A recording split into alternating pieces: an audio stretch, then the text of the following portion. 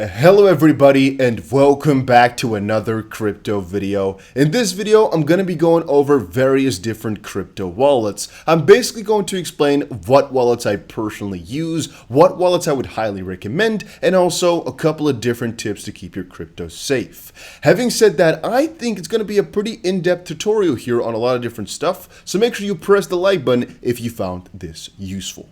First of all, guys, you have a couple of different crypto wallets, but the main purpose of these is to basically store your keys. Now, every crypto address has a public and a private key. The public is basically the one you see everywhere. If I put a public address down below, that's the one you can send money to. However, the person who holds the private key is the one that can access the funds that are associated with the public key. So let's say my public key was called 123456. Anybody can send money there if they just type in that address, and it's fine to share it around if you want people to also be able to find out how much money you have. Because again, crypto, usually they're pretty public about this stuff because it's stored on the blockchain and it's open. But only if I have my private key, can actually get the money out. And so a wallet, what it often does is it basically combines your private and your public key together, but that depends a little bit on what type of wallet you use. There's actually a lot of different ones. You have, I would say, exchange wallets. So the exchange basically controls all the keys for you, and that's the one that the majority of people use. It's like a Coinbase, it's like a Binance. You guys probably know by now how it works. You send your money to an exchange, you buy some crypto, and it's stored on there. That's option number one, an exchange. The good side is sometimes they're insured. Well, in the crypto space, not really, but with stocks, it's very often that way. But another good side is if you don't get hacked, the biggest concern then is that something happens to the platform. So they, for example, leave or something along those lines. But usually we bundle exchanges and web wallets with each other.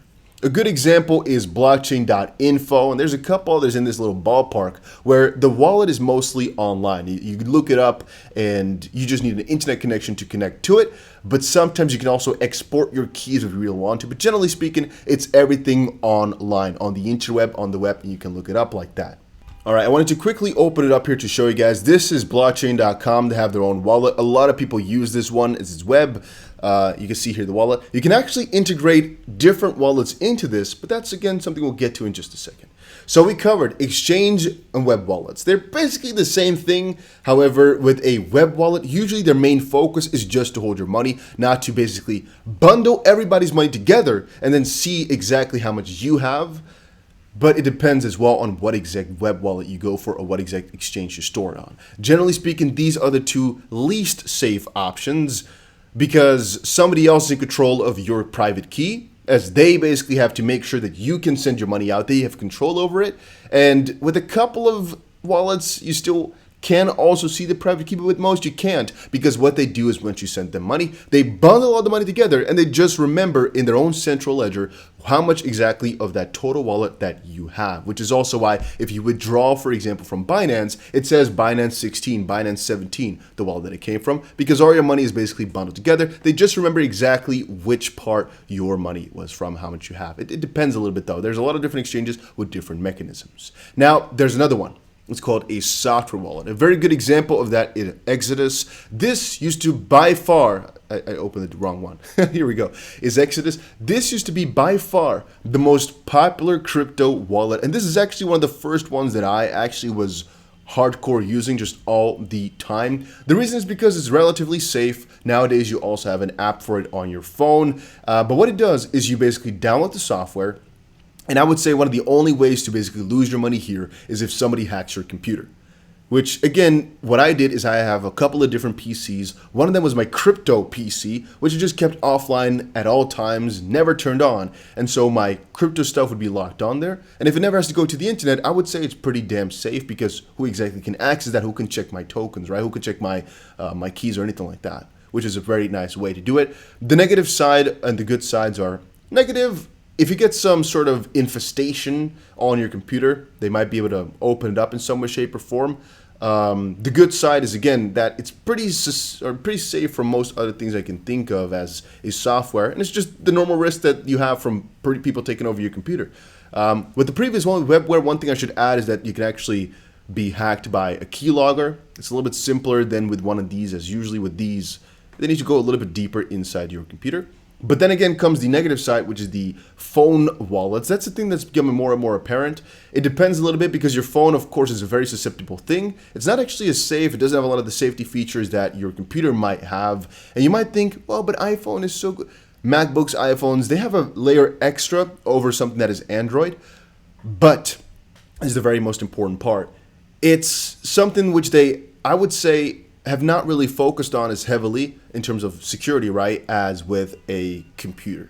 Exodus, for example, it is based on the computer before it has software on there, and they try to get into phones. People usually say, well, but what if somebody steals your phone? I personally believe there is more risk in having your crypto on your phone, purely because somebody can take this phone from you and say, hey, put in the numbers, for example. It's just a little bit, there's less of a barrier between keeping your, it's like your bank account on your phone. It's a lot safer than keeping your money in cash, but it's a lot less safe than just keeping your money in the bank where it belongs and not having any connection with it on your phone. I guess you guys can agree with that. Is it safe? Is it fine? I would say yes. There's generally speaking not that many intruders into your phone that are going to all of a sudden make you open your app or try to look onto your phone and also steal the stuff from you, because it's still hard. I wouldn't exactly know how to do it. But I'm just letting you guys know on my insights about the situation. That's the one. I personally don't use it at all. I don't have anything crypto related on my phone whatsoever, purely because if I ever give my phone to somebody else to take a look at it, I don't want them to be able to steal something from me or that I have to be worried about it. Worst thing they can do is see my text messages, see some crazy stuff maybe in there, but that's, I would say, worst case. And this is actually a fun thing that happened to me in real life, where I gave my phone and I just walked away for a little bit because I know there's absolutely nothing on there. There's no SIM connected to any crypto exchange. There's nothing on that phone that can hurt me in the slightest. There's not even really any picture type of things on there which they can use to their advantage, because I value my safety, I value my privacy in that sense, and I just think about these things properly. So I would recommend to keep these things as safe as possible so to not have anything on your phone. But that's just to each their own, right? If you have an exchange app on your phone, I think that's different, because then all the safety lies mostly with the exchange anyway. And so you're susceptible to so many different factors that just say, you know what, if you want to keep it on there, you keep it on there. As there's also multiple different factors of authentication that you can have on there. I would just say, you know what, if you're going for the exchange route, it's okay. One thing I should also add to exchanges is that you can actually get it that you have your money in the exchange, everything is fine, you never get hacked, you never get keylogged. But the exchange runs. I've had it before. Cryptopia, very well-known crypto exchange. I used to have a lot of crypto on there, a lot of Doge and Electronium. Both of those just lost tens of thousands, maybe hundreds of thousands of dollars. I don't remember exactly. Maybe it was millions of dollars. I don't remember how much it was. I just woke up one day and they were no longer existent. At the time, my tokens weren't worth as much. Right now, when I look back, all the Doge that I had stored on that exchange. When I think about it now, I'm thinking, yeah, I had a freaking huge amount of Doge because it was worth literally nothing at the time.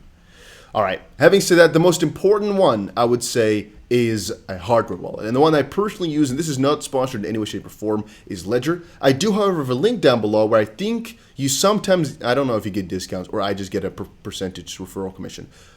Whatever, right? This is personally the best one that I think you can go for. I have used it for years. I've sent a lot of my friends one. I've offered a lot of people one. Pros and cons. Pros, I would say, is it's the safest way to keep your money, because what they basically do is this little device, which you're seeing in there a little bit. You can't see it properly, but you don't need to. All right, you don't need to see it too much. This device is where your keys are stored, basically, and so even if they steal it, they're going to need some other codes that you might have with you if they steal the device. And as we've seen in a couple of different videos in the past, they can't really hack that device to get something out of it. All they can do is try to persuade you to give over whatever comes along with that, or your 24 words recovery little table. But as long as you don't give your money over, you don't give your password, so to speak, it's going to be very hard to keep your money away from this. And I guess this and the paper wallet on one little layer, because what they basically do is they have your public and private key, but most importantly, the private keys, right, locked inside a device or locked inside a system where the internet cannot see it. Nobody gets in touch with it. You're not really susceptible to anything that you're involved with on a day-to-day basis. It locks it up in a certain specific system. With a paper wallet, you write it down, basically. With this one, it's locked in that specific device, and nobody can get it out of there. If you lose your passwords, basically, as we've seen in the news, you've lost your money. It is what it is. Same thing for a paper wallet. If you lose that specific piece of paper that you wrote the private key on, you've lost your money. There's absolutely no way to get it back. And that's why I would say this is definitely the best one to go for. The reason you take this over a paper wallet is because a paper wallet is actually a lot of work. You have to keep track of everything in your head or still use the internet to see things. Because even though you can integrate a paper wallet into any other place, if you've done that, then what's the purpose of having the paper wallet from the get-go? Because then you're basically putting out your private key somewhere. But if you don't, it's going to be pretty difficult to send money out from this wallet. If you're only accumulating, paper wallet is completely fine. But the moment you want to send money out, this device makes those things a lot easier. But that's, I would say, on the highest level of trust. All right, so those were my top picks for just different sorts of exchange wallets. Again, the different sorts, explain a little bit. There's a little addition that I have to make. And that is that a lot of you guys are asking me, okay, but what about this? What about that?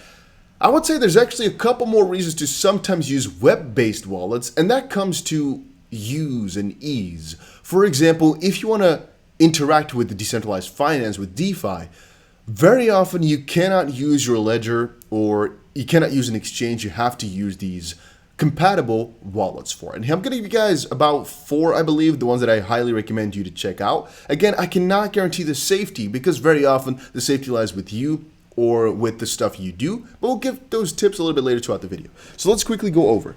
If you're looking for just a general Ethereum and Ethereum, I would say ERC compatible, or EVM, it's actually officially EVM compatible type of chains, basically everything like that, Metamask is your go-to. Avalanche, Polygon, Binance Smart Chain, Ethereum, they can all be stored on here. Every single token of that nature can be stored on here. Definitely the one that most people in the crypto space use for those. How safe is it? I would say very, very big plus because it's basically a Chrome app. So you have a couple of negative sides about it being a Chrome app, but hopefully you guys get the drift. A lot of people use this because it's so anonymous as well. If you lose your money, nobody can ever get it back for you, and you're the only one who has control over it. So, but I'm just giving you guys the heads up here. Phantom is the one for Solana that most people that I know use. I'm just giving you guys what I'm using personally, what I know people use, and what I know is most popular out there. So this one for everything that's EVM compatible. So again, Avalanche, Binance Smart Chain, Ethereum, well, yeah. This one for Solana. Most of my friends use this one. Most of my Solana developers, they use this one. There you go. For Luna, Terra, this is the one that most people that I know use. This can also easily be integrated into Anchor and all those protocols that are interacting with Terra. And so those are the 3 that I would most highly recommend you look into if you're looking for wallets that are, I would say, most important. That kind of already sums up the entire top 10 that you might want to have or might want to look into, at least if you ask me. Those are the most important. And then we need to get into our top 5 tips here to protect your crypto wallet. So a couple of things are very logical, but still, do not click any suspicious links. If you still click links in emails or click links anywhere, basically, the only, I guess, exception I would make is not even if you trust the person, but if it's something which is just obvious that it's real. You know, you can always click links. It's just don't click the suspicious ones and don't click the ones where you think, oh no, this one looks pretty fine, but there's a couple of off factors to it. I click links sometimes, I do, yeah. But I know it's good. And if you ever have the suspicion or you're not suspicious enough, wake up and think about it properly. That's number 1.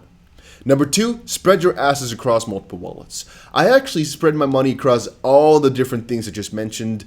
Why? Because what if one ever fails, right? And as I said before, I'd rather have 4 of my 5 do well and I actually lose one of them or something happens to one than me basically betting on the golden goose to lay its eggs and I never get an egg out of it, you know, that I'm thinking, well, I'd rather just spread it around, maybe lose a little bit in the process, or maybe spend a couple $100 on these different wallets and so maybe a couple $1,000. Who cares? Because I'd rather have the end result, because all my crypto is going to multiply anyways, my own thought process, rather than losing everything. Get a cold wallet. Cold wallet is a synonym for hardware wallet, so I would highly recommend that. It's very easy, it's very good. Ensure secure password protection. This is something which I also recommend. Go for 2-factor authentication. Be careful with the SMS authentication because they very often are going to... Now, people out there are trying to SIM swap. And what that is, they basically change the SIM and they... Actually, what they do is they contact your provider, your service provider. They say they're you. They get a new SIM. Sometimes they intercept it. Sometimes they're yada, yada, yada. There's different ways to do it. And they basically crack your account that way, which is once more why you're always careful with these web-based wallets. Then again, with a MetaMask or so, there really isn't that. It's not really web-based like the other ones, but it is web-based. It's different though. And do your own research. What I mean with that is don't just trust this video, for example. Go out and research for yourself. Use the different wallets, see what you're comfortable with, see what the pros and cons are by just doing some research. And at the end of the day, the reason I'm saying that is because if you just trust me, there's most likely one thing wrong with one of the steps I just told you guys about, with being a little bit more suspicious. I could literally be telling you guys, use this wallet because I'm trying to steal your money, right? I'm not going to do that, but how do you know? Right? How do you know I'm not just leading you guys to one scam wallet of my own that I recommend you to sign up for? I'm going to steal every single time you put money on there, which is why I'm saying do your own diligence, research it properly, and make sure that your money is kept safe, because at the end of the day, you don't want to be all of a sudden waking up and seeing your money is gone. You know, that's the worst thing. I've had it happen a couple of times, like for example, the time where I had my money on Cryptopia, I call it Craptopia, and all of a sudden, boom, exchange has been liquidated or something like that, I don't remember. And there's a whole process for getting money back, but I tried some stuff and I never heard back yet. Maybe eventually I'll get some money back, you know, who knows? But I'm already telling you guys, just be very, very careful with all of this. And here was now, if your crypto account has already been hacked, what can you do? Not much, depending, of course, on where you had your money on. If you have your hardware wallet, I'm not really sure how you got hacked. I've never heard that before. The only way I've heard people lose their money with a hardware wallet is if they basically messed up and lost their password. If you get hacked, however, on Binance, contact the support immediately. If you get hacked on, think about it, you know, contact that platform. With the MetaMask, you can even contact them in some ways, but they can't really do too much for you because it's so, you know, to each their own basically. And the same thing for a hardware wallet. If you get hacked, if something really happens, contact them, because I'm not exactly sure what's happening, but generally speaking, you've done something to lose that money, and so you're basically kind of screwed. So again, the pros with the exchanges and the software, not the software ones, I would say the exchanges and the web-based ones is very often the support is easy. So if something happens, you have somebody to hold accountable or somebody to help you. Negative sides are, if something happens in their own administration, you might be screwed. If they ever run, you might be screwed. Or, and that's the most important one, the negative side about the hardware one is you're your own bank. So you of course don't have the safety of somebody else taking care of that, but hopefully you guys get the drift. Now this is a little bit of a different video. I don't usually make these tutorial and overview types of stuff, so if it's not perfect just quite yet, just stick around and I'll try my best to make these things better. Been doing YouTube for a long while, but I'm used to just doing the news every single time, not these tutorial type of things. I also need to get a little bit better at editing, but this was it for right now. Adios amigos, have a nice day. And let me know down below if you enjoyed the video and learned something new, or if you have any other crypto wallets that people should check out. You might say Trezor, KeepKey, all those. I don't personally use those. They might be juicy crypto wallets, the hardware wallets, right? But I don't use them, so why would I say go check them out? If you're going to look into hardware wallets, I would highly recommend checking out Ledger first and then moving on to others if it doesn't work for you. But then you've most likely researched it yourself and you know what you want, so I don't need to tell you. Trezor, what a lot of people use, I know that. KeepKey, a lot of people told me about, but I just don't know. Ledger is the one I sent to all my friends, sent to everything, always use, so that's the one I go for. If you think a different one is better, good luck, my friend.